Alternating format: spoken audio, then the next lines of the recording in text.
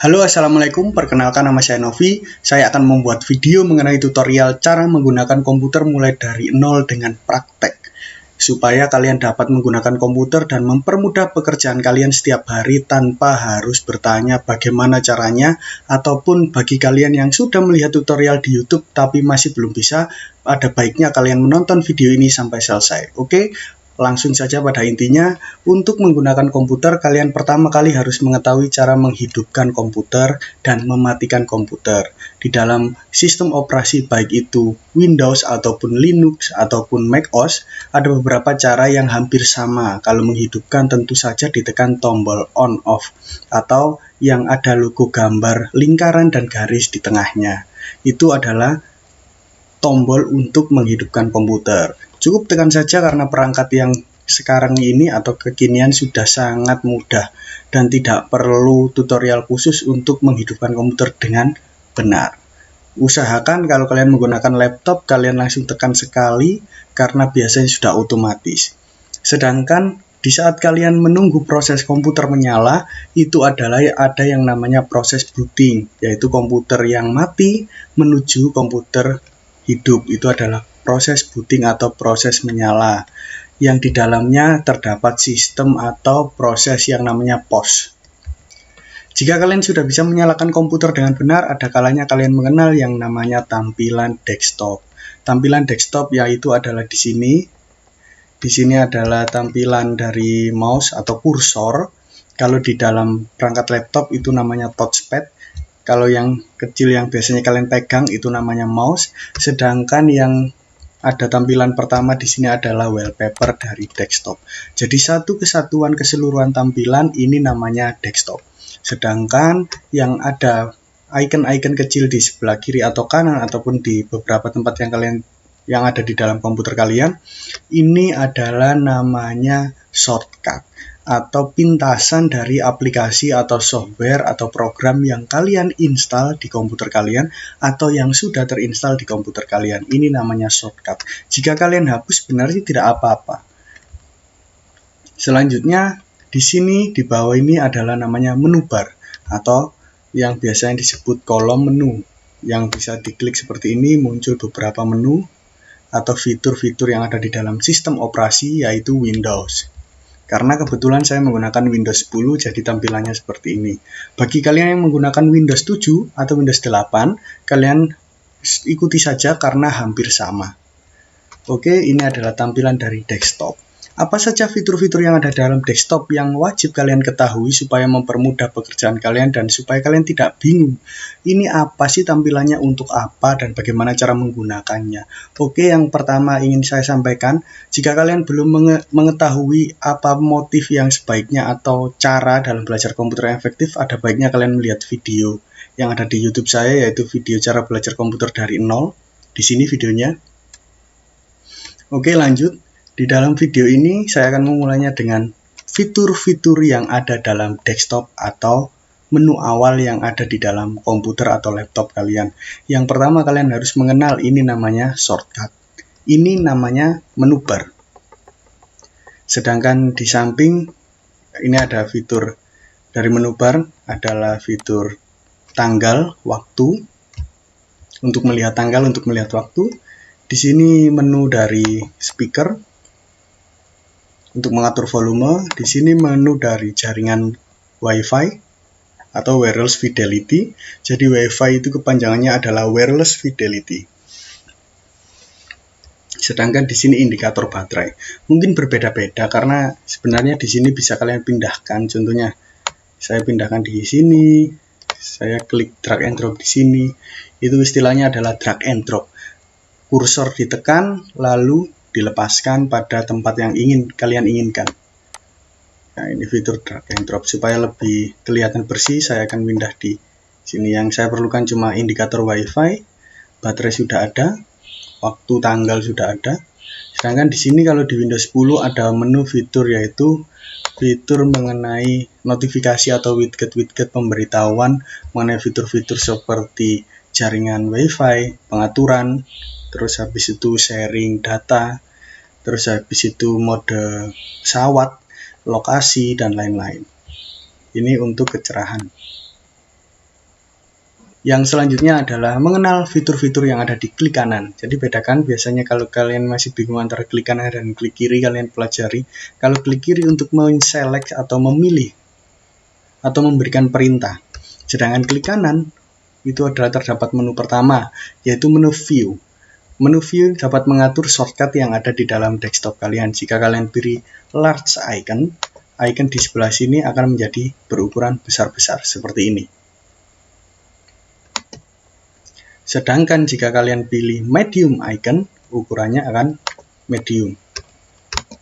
Sedangkan jika kalian pilih small icon, akan kecil seperti ini. Itu adalah menu view. Sedangkan sort by, ini adalah mengurutkan atau merapikan berdasarkan nama, dia akan urut dari abjad. Sedangkan kalau sort by size, sesuai dengan ukuran aplikasi atau software. Sedangkan item type itu berdasarkan tipe dari item, icon, atau shortcut yang ada di desktop atau di sistem operasi kalian. Sedangkan untuk pengaturan date and modified adalah apa saja aplikasi yang pertama diinstal sampai yang terakhir. Jadi ini urut, ini yang pertama sampai ini yang baru saya install di dalam sistem operasi atau komputer saya. Selanjutnya di dalam menu klik kanan juga ada refresh. Fitur refresh sebenarnya hanya untuk merefresh, bukan untuk membuat komputer agar tidak lemot. Jadi kalian kalau sering ada komputer lemot, kalian klik seperti ini atau kalian tekan F5, itu sebenarnya tidak ngefek. Cuman karena sudah menjadi mitos atau kebiasaan, jadi sering kalian gunakan. Oke, selanjutnya ada yang namanya menu new. New atau membuat baru sebuah dokumen atau folder. Jadi ini tergantung dengan sistem operasi kalian sudah terinstall aplikasi apa saja, tapi yang standar adalah membuat folder baru. Jika kalian klik new, terus habis kalian pilih folder, akan ada folder baru di sini. Nah, tinggal kalian memberi nama. Folder baru 1. Oke. Terus di saat kalian memilih yang lain, dokumen yang lain, akan muncul di sini sesuai dengan perintah yang kalian lakukan. Contohnya kalau di sini ada dokumen Corel Draw, akan muncul dokumen Corel Draw baru. Ada Photoshop, WinRAR, teks dokumen, Microsoft Office, Microsoft Word, Microsoft PowerPoint, akan muncul dokumen baru di desktop. Terus selanjutnya ada mengatur, yaitu display setting. Di dalam Windows 10, pengaturan display setting ini mengatur yang namanya display atau tampilan yang ada di dalam laptop atau komputer kalian, dari mulai rasio, dari mulai kecerahan, sampai mengatur mengenai layar yang terdeteksi di dalam komputer kalian. Jadi sebenarnya sangat mudah untuk mengetahuinya. Jadi kalau display mesti berhubungan dengan yang namanya brightness atau kecerahan, terus warna, sama juga mengatur resolusi dari layar.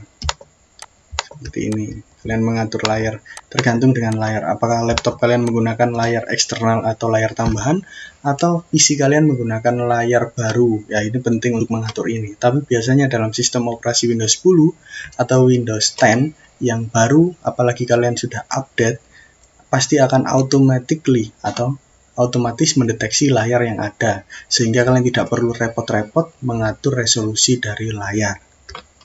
Di dalam pengaturan display juga ada banyak sekali fitur. Tapi untuk pertama-tama ini saja dulu. Selanjutnya, di dalam personalize, sama halnya dengan pengaturan dari display, tapi lebih detail ke tampilan yang ada di desktop, seperti menu bar, wallpaper, screensaver, template, tema, yang lain-lain. Jadi di sini dalam menu ini adalah mengatur yang namanya background atau wallpaper yang ada di sini. Kalau saya ini pakai warna hitam. Jadi kalau saya ingin memilih warna merah seperti ini, otomatis akan berubah menjadi warna merah di belakangnya seperti ini. Jika saya ingin merubah warna biru, otomatis akan berubah menjadi warna biru. Jadi ini untuk mengatur wallpaper atau background dari desktop kalian, tergantung apa selera kalian. Kalau bisa diganti dengan gambar juga bisa. Kalian tinggal klik background, pilih picture, pilih lokasi foldernya yang ada gambarnya atau foto kalian. Dia akan otomatis mendeteksi foto-foto apa saja. ditekan browse, akan memilih di dalam folder yang ada fotonya. Jadi kayak gini, saya pilih ini gambar pemandangan,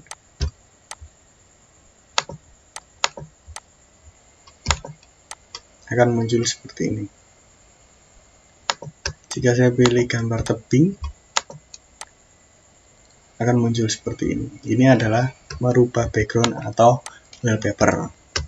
Ini juga settingan fit, stretch, style, center, span untuk mengatur posisi dari gambar yang kalian gunakan sebagai background atau wallpaper. Di dalam tampilan personalize, kalian juga bisa mengatur yang namanya colors.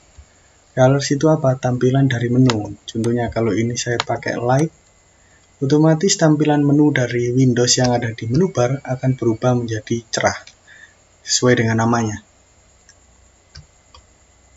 Nah, seperti ini.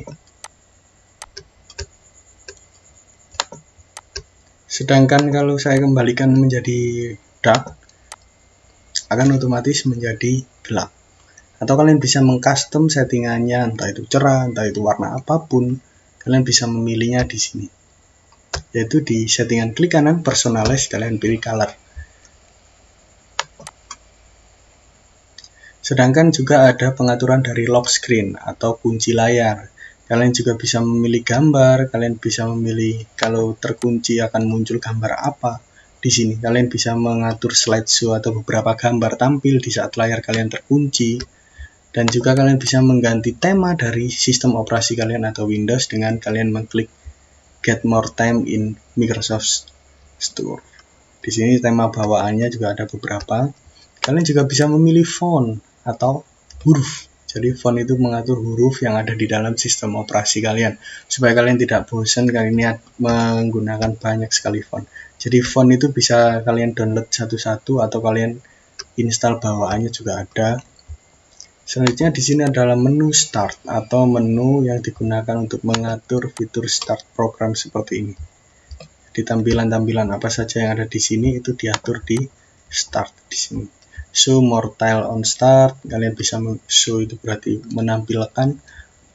Terus di sini adalah taskbarnya atau menu barnya, mengatur yang ada di bawah.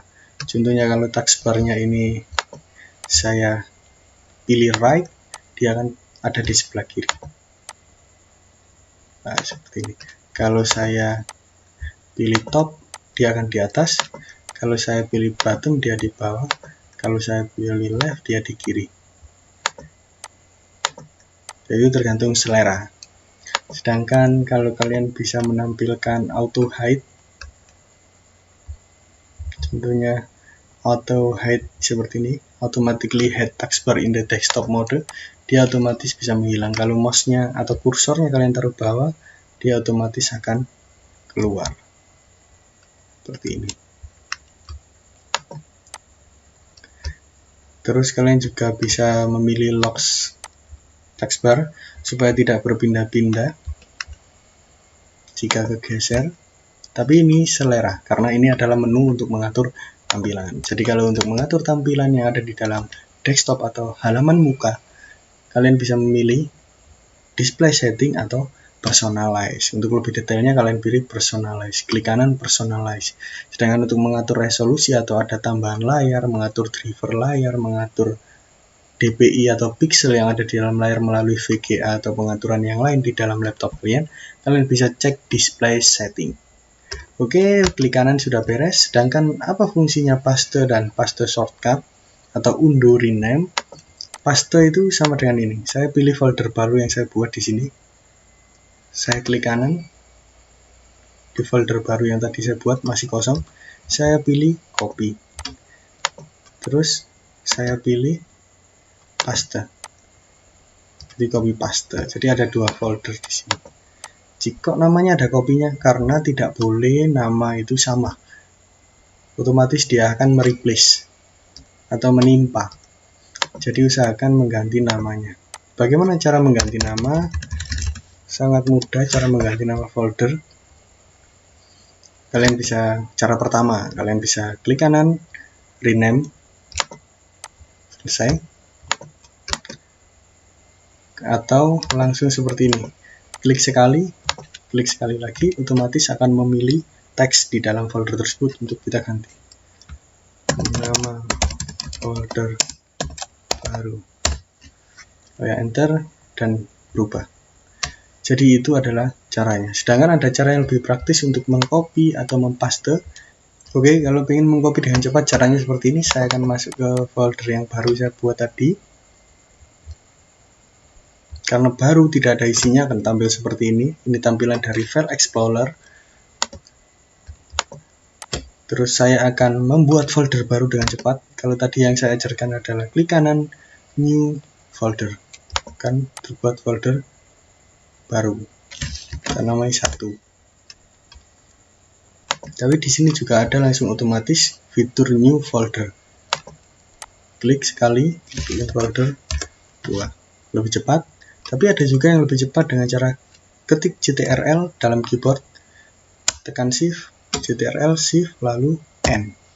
Otomatis akan membuat folder baru juga. Itu adalah 3 cara membuat folder baru yang lebih cepat. Seperti itu. Kalau sudah, pertama kalau kalian ingin mengcopy file yaitu menggandakan file, copy itu menggandakan. Contohnya seperti ini, klik kanan.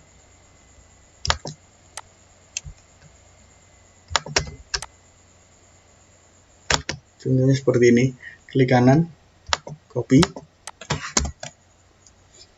paste. Ada 2. Sedangkan kalau lebih cepat yaitu dengan cara Ctrl C yaitu copy, Ctrl V yaitu paste. Agar folder 1 menjadi 3. Kenapa kok namanya otomatis copy? Karena tidak boleh menaruh folder dengan nama yang sama di lokasi yang sama. Otomatis dia akan menimpa atau merename sendiri dengan beberapa nama. Selanjutnya, sedangkan cut itu apa? Ada juga fitur di sini, klik kanan, cut. Cut itu sama dengan memotong atau memindah, atau bahasa yang ada di dalam komputer atau di Android yaitu move atau memindah. Ini copy saya pindah di 1, saya klik 2 kali, terus saya tekan paste, klik kanan paste, atau Ctrl V, atau Ctrl V. Nah, dia otomatis memindah file yang pertama ada di folder sini menjadi di lokasi sini. Sedangkan bagaimana cara menghapus folder dengan baik, yaitu dengan kalau ingin menghapus folder 1, tinggal klik kanan, delete. Atau di sini juga ada tanda silang merah, atau di keyboard juga ada delete. Seperti ini akan terhapus.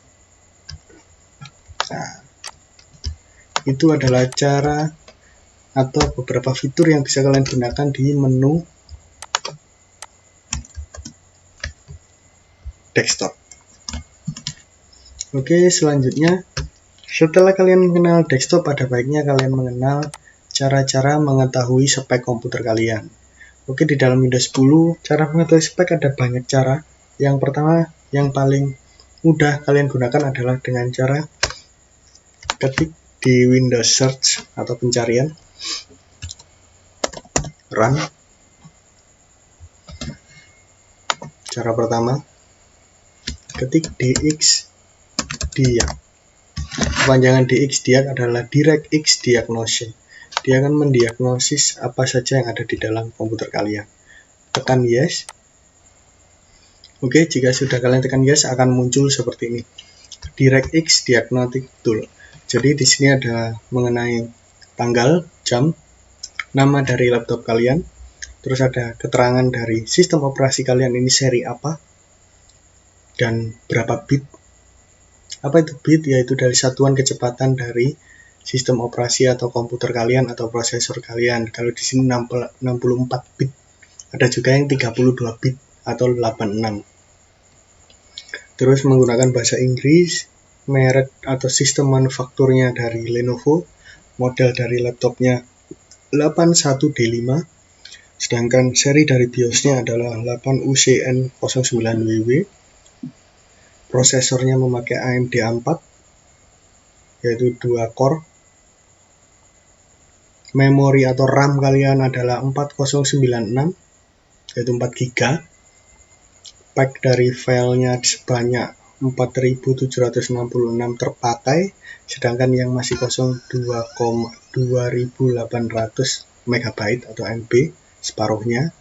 DirectX versinya adalah DirectX 12. Sedangkan jika kalian ingin mengetahui tentang displaynya, menggunakan AMD Radeon, yaitu VGA-nya, chipnya menggunakan AMD Radeon, prosesor juga sama, total memori yang terpakai, share memorinya, rinciannya ada juga.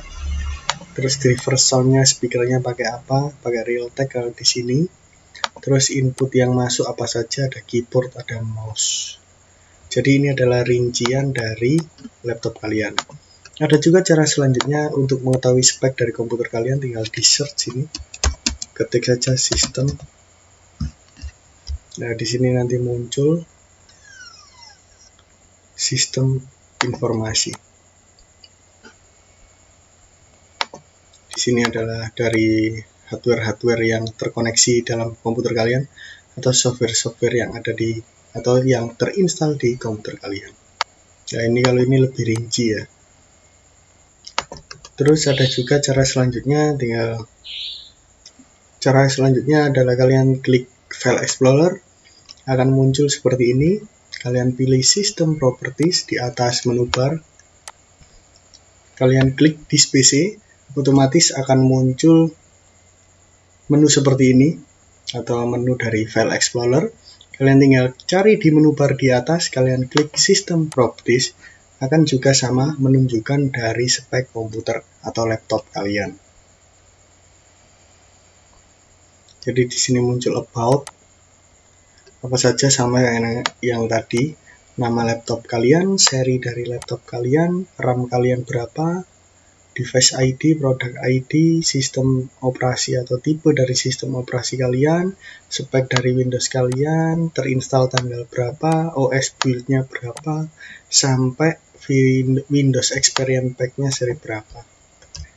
Ini adalah rincian dari laptop kalian. Jadi ada beberapa cara, tergantung kalian suka yang mana atau lebih enak yang mana. Selanjutnya yang harus kalian kenal adalah menu dari File Explorer. Menu dari File Explorer di sini adalah pertama jika kalian klik This PC, akan tersuguhkan tampilan seperti ini. Ini adalah partisi atau hard disk yang ada di dalam sistem operasi kalian atau laptop kalian. Jadi tempat penyimpanan hard disk itu adalah HDD atau biasanya disebut hard disk drive. Jadi di sini Windows C adalah tempat di mana sistem operasi atau Windows kalian tersimpan.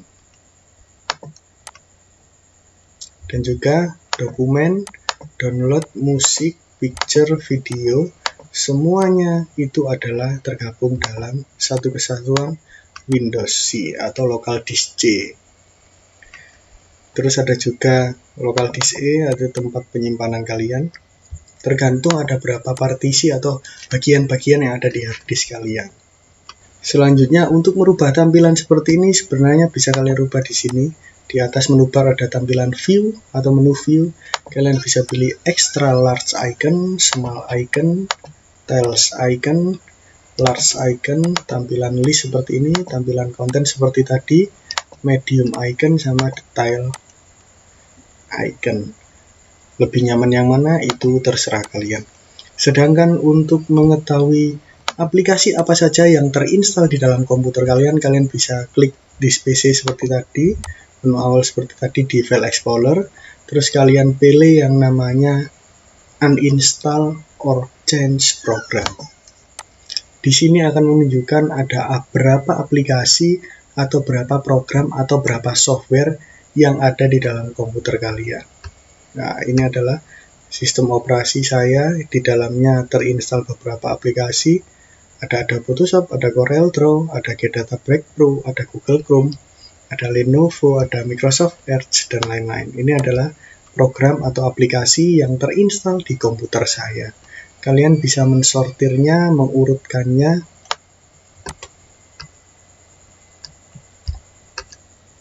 Dari mulai yang ukurannya paling besar, kalian bisa memilih size. Aplikasi dengan ukuran yang paling besar bisa memilih size. Sedangkan kalau kalian ingin mengurutkan aplikasi berdasarkan tanggal kalian install, kalian bisa cek di install date. Jadi kalian bisa tahu aplikasi apa yang terakhir atau awal yang saya install, seperti ini, untuk mengetahui aplikasi apa saja yang terinstall di Windows atau di sistem operasi atau di laptop kalian. Oke, selanjutnya saya akan menjelaskan mengenai bagaimana cara mengorganisasi file dengan benar. Saya akan masuk di sini, di salah satu tempat penyimpanan saya.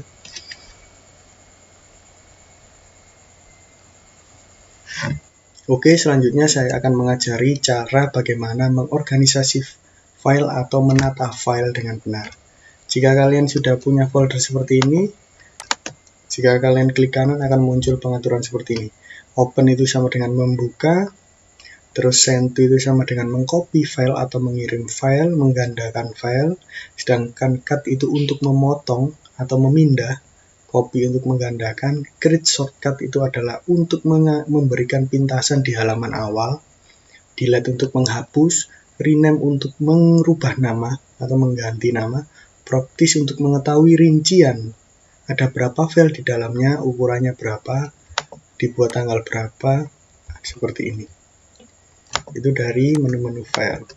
Cara membuat folder juga mudah, tadi sudah saya ajarkan. New folder, kalau mengcopy tinggal klik kanan copy atau klik kanan paste, atau CTRL-C, CTRL-V untuk paste, CTRL-C untuk copy, CTRL-Shift-N untuk membuat folder baru, dan juga CTRL-X untuk memindah atau move atau cut.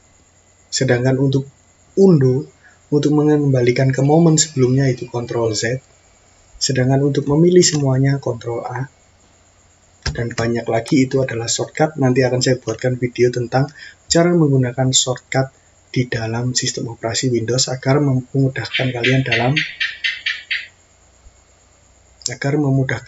dalam mengoperasikan sistem operasi Windows dan mempermudah kerja atau pekerjaan kalian.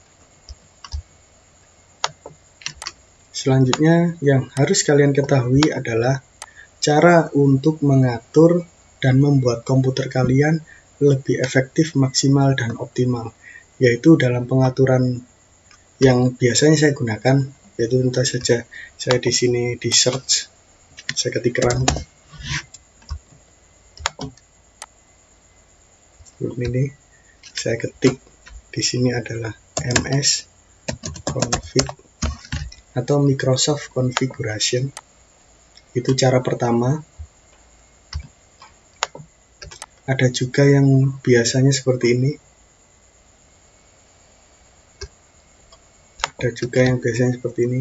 Tekan logo Windows di keyboard bersamaan dengan huruf R. Otomatis akan muncul run. Ketik ms config pakai G. Akan menu dari sistem operasi atau konfigurasi dari sistem operasi kalian. Kalian kalau ingin mengoptimalkan komputer kalian bisa tekan Advanced Option. Kalian pilih number of processor 2, biasanya tergantung dengan spesifikasi komputer kalian. Maksimum memori 4096 MB atau 4 GB. Terus kalian di sini timeout-nya kalian ganti 0 atau 3.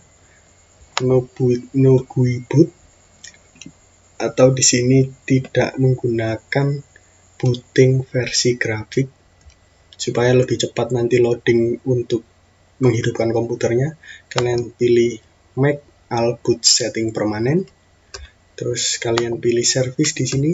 Pilihlah program yang tidak berguna atau jarang kalian gunakan, tapi jangan sampai salah pilih. Terus di sini adalah startup, jadi program atau aplikasi yang otomatis menyala di saat kalian menyalakan komputer. Jadi pilihlah yang tidak perlu dan rubahlah menjadi disable supaya memperingan kerja komputer kalian saat baru menghidupkannya. Nah, kalau sudah kalian pilih, kalian apply. Yes. Kalian oke, nanti akan meminta restart, tidak usah. Oke, selanjutnya saya akan, tadi lupa, Cara untuk menghilangkan shortcut atau menyembunyikan shortcut di depan agar tampilannya lebih bersih, yaitu dengan klik kanan, terus pilih yang namanya Show Desktop Icon. Kalian centangnya kalian hilangi, otomatis di sini akan hilang, tampilannya lebih bersih. Hilang bukan berarti terhapus ya, cuma disembunyikan. Jika kalian hidupkan lagi, akan kembali lagi. Bagaimana cara mengatur ini supaya petanya atau layoutnya sesuai dengan keinginan kalian? Kalian centang Auto Arrange Icon. Dia otomatis bisa kalian pindah-pindah di sini. Kalian data seperti ini.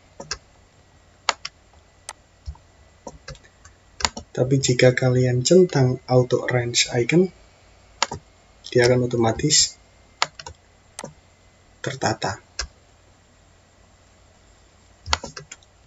Oke, selanjutnya yaitu cara membuat dokumen. Cara membuat dokumen yaitu dengan, kalau di sini kalian cari yang namanya Word. Jadi kalian sudah terinstall Microsoft Word. Kebetulan di sini saya pakai Microsoft Word 2007. Di sini saya pakai Microsoft Word 2007.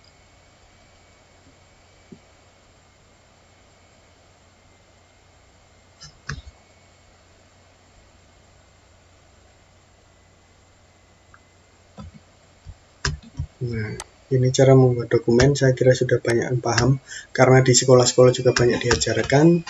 Saya tidak akan membahas secara detail.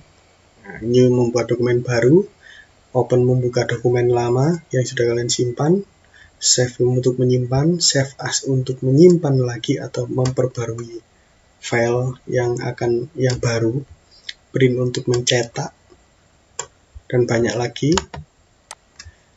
Untuk membuat dokumen baru. Terus selanjutnya untuk mengaktifkan wireless, biasanya di sini tinggal kalian pilih wirelessnya atau sinyal dari wifi yang ada, sangat mudah. Sedangkan untuk browsing atau berinternet, saya kasih tips juga, karena penting untuk belajar komputer, sudah tahu caranya mencari data di internet atau mendownload file. Jadi pertama kalian buka Google Chrome. Di dalam Google Chrome kalian utamakan di sini cari di Google. Jadi kalian bisa cari di sini atau di sini juga bisa. Kalian ketik apa yang kalian cari. Contohnya, kalian ingin mencari tentang cara belajar komputer. Ketiklah keyword atau kata kunci yang jelas, karena Google akan memecah kata kunci supaya mudah memberikan data sesuai dengan apa atau perkata yang sudah kalian ketik di search engine. Seperti ini. Jadi kalian bisa mensortir link-link seperti ini. Kalau kalian pilih video di sini, akan muncul video tentang cara belajar komputer. Hanya muncul video saja seperti ini, yang terafiliasi dengan link YouTube. Di atas ini link, di atas ini judul, di bawah ini deskripsi dan tanggal dia upload. Jangan sampai salah klik iklan. Terus sedangkan jika kalian klik gambar, di sini akan hanya muncul referensi gambar yang terkait dengan kata kunci kalian. Seperti ini. Jika kalian pilih di sini ada selengkapnya,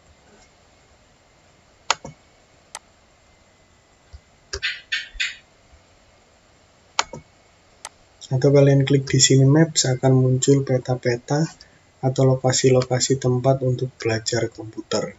Jika kalian ulang ke semuanya, kalian akan mendapatkan informasi tentang segala hal tentang cara belajar komputer, baik itu website, baik itu video, baik itu gambar, ataupun yang lainnya. Jadi itu cara-cara, ya minimal itulah cara-cara untuk mengoperasikan komputer dengan sederhana. Kalian bisa mengetahui dan kalian dapat mempraktekannya di rumah, atau sekarang juga kalian sembari mempraktekkan supaya kalian dapat lebih familiar. Sebenarnya kunci dari belajar komputer adalah kalian memahami apa itu bahasa Inggris dengan pasif maupun aktif. Karena seluruh komputer sekarang menggunakan bahasa Inggris dan seluruh website ataupun media informasi yang ada di laptop kalian ataupun aplikasi, software, dan lain-lain tetap menggunakan bahasa Inggris. Jadi ada baiknya kalian mengerti sedikit-sedikit mengenai bahasa Inggris. Dan jangan lupa jika kalian ingin belajar komputer, kalian harus menentukan apa fokus yang ingin kalian pelajari supaya lebih efektif dalam belajar. Dan tentu kalian dituntut up to date untuk up to date dalam belajar komputer, karena perkembangan komputer dalam sehari sangat pesat, apalagi dalam beberapa bulan ke depan, beberapa tahun ke depan. Jadi kalau ingin belajar komputer, biasakan menggunakan komputer. Kalian bisa menggunakan laptop, bisa menggunakan PC, bisa menggunakan notebook, ataupun kalian bisa menggunakan Android untuk mengerti dan minimal memahami alur dalam menggunakan komputer. Dan tujuannya adalah satu, pekerjaan kalian dapat lebih efektif dan lebih cepat selesai. Fungsi komputer adalah untuk membantu pekerjaan manusia. Jadi kalau kalian bisa komputer, kalau kalian menggunakan komputer, usahakan pekerjaan kalian selesai lebih cepat. Karena gunanya komputer adalah mempermudah pekerjaan manusia. Oke, itu saja dari saya. Tunggu tutorial selanjutnya mengenai cara belajar komputer dari awal. Saya Novi. Jika ada salah-salah kata, silakan kritik di bawah. Karena saya mengambil videonya ini tengah malam, jadi sedikit ngantuk. Karena saya melihat komentar di dalam video saya sebelumnya sangat banyak. Jadi saya merasa terbebani untuk membuat video ini. Jadi kalau ada salah-salah kata atau kurang dalam memberikan tutorial, mohon maaf karena sudah larut malam. Saya juga ada kesibukan selanjutnya.